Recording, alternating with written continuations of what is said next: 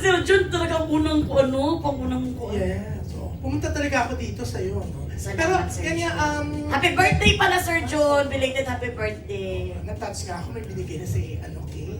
Ay! Pero eto, syempre, season 5, we're so excited about your one-on-one. Melay, ano masasabi mo? Nakikipagkabuga ng one-on-one sa mga Korean telenovelas, mga shows.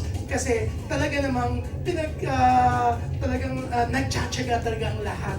Dahil excited mapanood ang one-on-one kahit hindi naman Bisaya lahat, no? Katulad ko, I watch it, binabasa ko ang subtitle, di ba? Minsan talagang binabalik ko kasi may mga namimiss ako mga important words, di ba? Yun, ano masasabi mo? Talagang may effort talaga ang mga fans mo. Sobrang salamat talaga. I think hindi ko lang to mga fans mga fans ito ng mga ini-interview ko. Kaya ang masasabi ko talaga, kamsahamnida. Sa lahat ng mga kamsahamnida, kung i-combine natin salamida, salamat at saka kamsahamnida. Kaya bakit ka nang nag-effort talaga sila ba? Lalo na mga taga-ibang bansa, Sir John. Salamat talaga, Sir John, na nag-effort ka din, Sir John, na kasi kapag, di ba, pag mga K-drama, hindi natin palampasin talaga yung mga sinasabi, kaya may papopost-post pa tayo. So, naintindihan talaga din ang buong istorya ng K-drama. Ito same as well sa kuan-on-one na istorya ng buhay nila na wala, hindi talaga din pinalampas, pati tuldok, pati expression namin doon sa lahat ng mga nagsasalita ng Bisaya na tinatranslate ng kanang caption doon, sa title doon sa YouTube. Kaya, ang beyond grateful talaga ang naramdaman ko kasi nilagay ko ng beyond, no? Kasi over na sa pag-grateful. Kasi grabe talaga yung, alam mo yung, pwede naman na season 1 na lang, pwede naman, hindi naman nila kami panoorin, kaya maraming magaganda mga K-drama, baya ha? Pero dito talaga, nag-aksaya sila ng panahon sa amin. Kaya walang sawang pasasalamat talaga, hindi ko pag-aaksayahan ang pagpapasalamat ko sa inyo. Kamsahamnida! Arigatou gozaimasu! Ay, Japanese na. Pero Melay, ang maganda sa'yo, no, napapansin namin, even sa PBB, you made history, di ba? Pinakamaraming boto talaga for you to stay and to win. Honestly, Melay, iyak ako, sorry. Kasi naalala ko yung mga kabaitan mo. Even sa, marami kasi, in fairness to Melay, even sa entertainment press, entertainment braggers, media, talagang, you're so nice. Di ba? Ako, I'm a fan. Di ba? Kasi talagang yung kabaitan mo is something. Pero masyado ko mapagkumbaba kasi ayaw mong sabihin na ikaw ang dahilan kung bakit pinapanood ng one-on-one. Hindi mo magsi-season 5 to. Not because of you. Sana pinalitan ka na kung dahil lang sa mga guests, di ba? Pero you're so nice. Masyado ka mapagkumbaba and wala kang kayabang-yabang, di ba? Please hold me. Hindi, Sir John, mahiya talaga ko. Alam ko naman talaga na itong aking kwan is, alam ko si Lord talaga lahat ito. Pero, It's alam mo, they will agree, I'm sure, the entertainment media bloggers. Kasi, ilan na lang yung mga artista katulad mo, mga celebrity na talaga namang Sir John, hindi pa yan basta-basta, ha? Super happy yan, Sir John, pero pumunta talaga Sir dito. John. Salamat, Sir John. Sa Amerika yan, lagi yan eh. Pumunta lang dito sa ABS ko. Well, Ma'am Shimes, super agree. Ay, narin ako ba? Super agree ako kay Sir Jun. Kasi sobrang humble mo ba? Di ba? Napakumunta yung pagkaganon ko na lahat ng nakasalamuha mo mag-a-agree na kuan git ka, humble git ka. Walay kuan ba? Walay ka nang dako-dakong ulo, walay ana-ana. Siyempre, ang Ginoo nga nagpunta sa atin dito. Ang Panginoon talaga ang dahilan kung bakit. Lagi ko talaga binibigay ang credit sa Kanya because I have my credit cards. May credit kasi sa Kanya because siya talaga, hindi ko naman alam nga bakit ako nandito. Yung mga sinasabi ko, hindi ko alam, medyo delikado yun, pero naging okay pala sa inyo. Yung mga ginagawa ni Lord na nagiging katatawanan, yung mga sinasabi ko na kung sa iba yun magsabi nun, magagalit kayo, ibabas nyo, di ba? Pero kung sa akin, basta hindi ko talaga pwedeng aminin na ako yun. It's all about God. Please all stand. Hindi pa sabi yun talaga, ayaw po kami. Kaya naman talaga na kuwan. Alam mo naman si Lord niya, yung plano niya sa iyo is kuwan talaga, kanang concrete. May ano ka, may mission ka sa mundo. Yes. Oo. Thank you, Ma'am Shimes. Nag-recollection na yung kuwan natin, no? Sino gusto mag-share? Sumama ko kasi. Do you have any other questions from our, Yes, hello. Ako na ang next. Na-pressure ko, murag meaningful ka itong ganina. Char. Oo. Char. So, ang Joem pala, content creator po, Bisaya po. So, akong, nari ko last time po.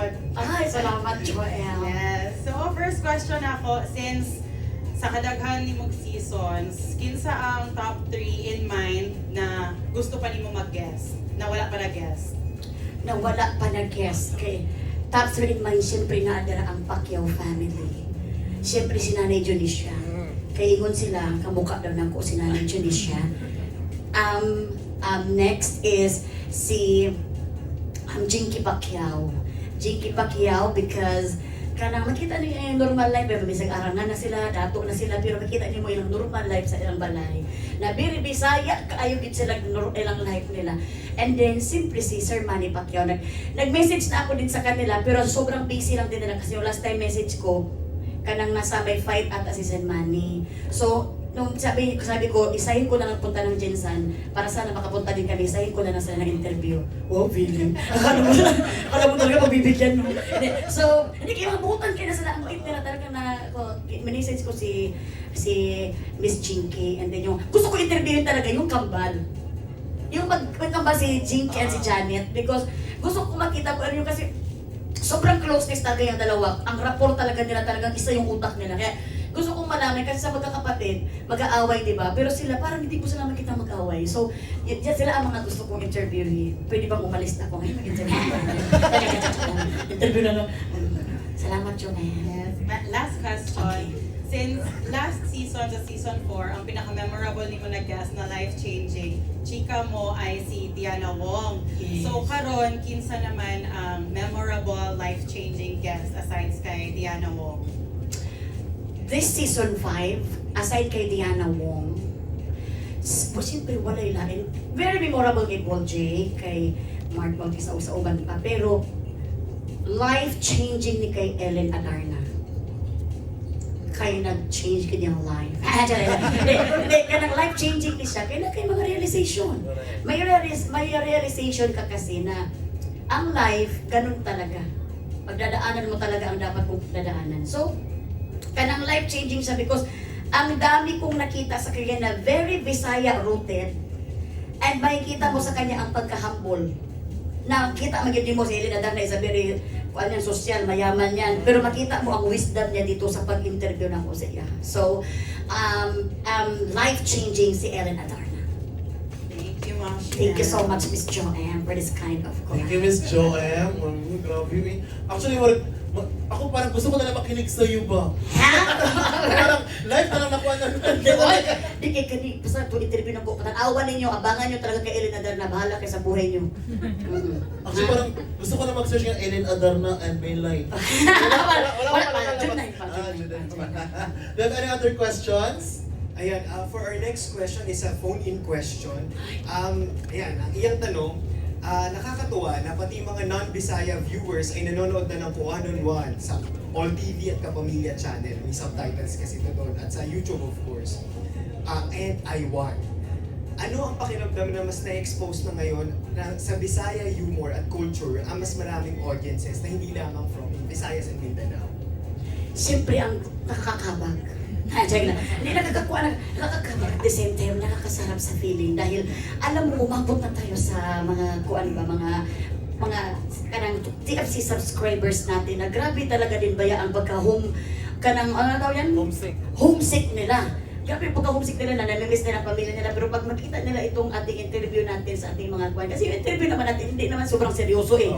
Ang interview natin is all about life talaga na realities, araw-araw yung mga past nila natutunan kasi kung wala yung mga past natin, hindi tayo matututo.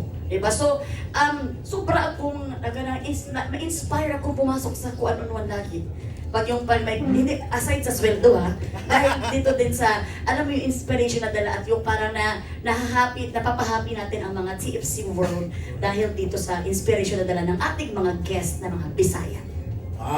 At saka feeling ko din, Ma'am Shimels, parang, di ba, mga nanonood na hindi Bisaya, parang yung energy ng dalawang Bisaya na nag-uusap ba, di ba parang nagta-translate siya na iba yung dating ba? Iba talaga ang dating sa sobrang pag-Bisaya, dalawa magkasama. Kami nga, nag-usap kami doon sa kuan, tatlo kami. Si Oo. Kiana at Bisaya. So, alam mo, pag after ng usapan namin, nangamoy na mga mo'y bibig yung buong walang pahinga, oy! Ganun talaga. Tapos sabi nung, pinangamoy bibig ko. Sige lang, kay gutom kasi kami. Hindi, kasi grabe talaga pag mag-Bisaya, magsama talagang wala talaga. Correct, oo, tinuod na. Makundangan ka ng diretso istorya ba? Wala ka ng hingahay ba? Bula-bula ba? Eh baka na, kasi nakuhumsik tayo pa na may kachikahan tayo na Bisaya, kaya ganun siya. Tsaka, Ganun ang feeling. very thankful din kami sa mga, sorry, sipa. Nagubat na ako. Very thankful din kami sa, sa mga Tagalog, mga Tagalog, ako English grateful na, talaga. nanonood ba na kahit iba yung language, willing sila na intindihin, no? Yes. And alam mo, itong ating mga kapamilya ng mga Tagalog natin, ng mga kapamilya, no, sila talaga yung, ang tingin nila sa atin ay mga cute-cute, na tayo naman, parang tayo naman, kaya cute-cute din tayo, no? Kaya talaga, in-embrace talaga nila ang pagmamahal nila sa ating mga Bisaya. Thank you kayo, oy!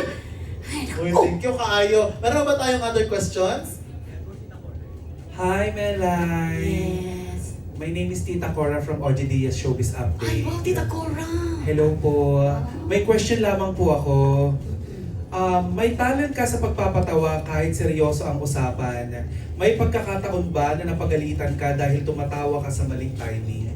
Oo, lagi ako napapagalitan sa ganyan talaga. Kanang feeling ko nga may sakit na ako sa ganun yung parang, may dati kasi pag pinapagalitan ako ng papa ko, na iba ang naiisip ko, tapos natatawa ako, gumagano talaga yung mukha ko. Siyempre, nung pag tumatawa ako, siyempre talaga ang kapalit yan, bugbugan to the max talaga. So, siguro, ngayon, nasa timing na siguro ako ngayon, no? Kaya hindi nyo naman nakikita ng buwan, pero noon, wala ako sa timing. Siguro nakuan ko na-train na ako ng papa ko. Kasi lagi ako dati, pag pinapagilan kami, nakahiliran kami, ako to, gumagton ako ng tawat, talaga, luwa na ako nito, nabugbog ako eh. Pero, ngayon, natutunan ko na hindi tumawa sa mga serious. Gumagano na ako. Gumagano na. Hindi, yung sa magandang buhay ba ha? Di ba yung nakita ko sa magandang buhay ba yun, sinabi ko, ang pag-uusapan namin is yung bagyo sa Mindoro. Ang bagyo sa Mindoro, isa-isa kami, Ma'am si Cars, Ma'am si George, ako. Tapos sabi, si Ma'am si Cars, nasabi na niya, Ma'am si George, ako nang pinakalas, sabihin ko sana, kaya naman mag-ingat, ipagdasal natin, ipagdasal po talaga ang topic ko, ipagdasal natin ang mga nasalanta ng bagyo sa Mindoro. Na Mindoro ko, itong dalawa, nagkaroon ng dalawa. So bakit, natatawa na rin ako niya, live na live, ba yung sa tinag, message ko, Mindoro. Tulungan po ako si Ma'am si Carlos. Sa sobrang tawa niya, inilabas niya, galit na lang siya. Kaya naman, makitulungan tayo sa ating mga kababayan. Nagalit na lang siya para mapigilan niya ang tawa niya. Ako, gumagano na kayo ni Ma'am si. After no, hindi na ako pinatawag na pinabasa ng mga seryoso. Kasi talagang hindi ako marunong talagang magano. Thank you. My second question is, ano ang mas mahirap, magpatawa ng guest na seryoso o magpaseryoso ng guest na sobrang kulit? Magpaseryoso ng guest. Na pag natawa ka na kasi yan, bubulwak na yan dyan eh. Hindi ka na talaga makakapigil dyan. It's either utot yan or igit ang labas niyan. Oo, alam mo, pag matawa kayo, pigilan nyo, di ba talagang sa iba lalabas yan. Oo, di ba? So, kailangan talaga, ang pinakamahirap yung patahimikin yung tumatawa. Kaya pag nagro-rosary kami, tapos tumatawa kami, wala, uy, sabog lahat. Wala na, sorry Lord, mag-clone na lang kami. So, mahirap. Yung seryoso na patawanin mo, madali pa yan.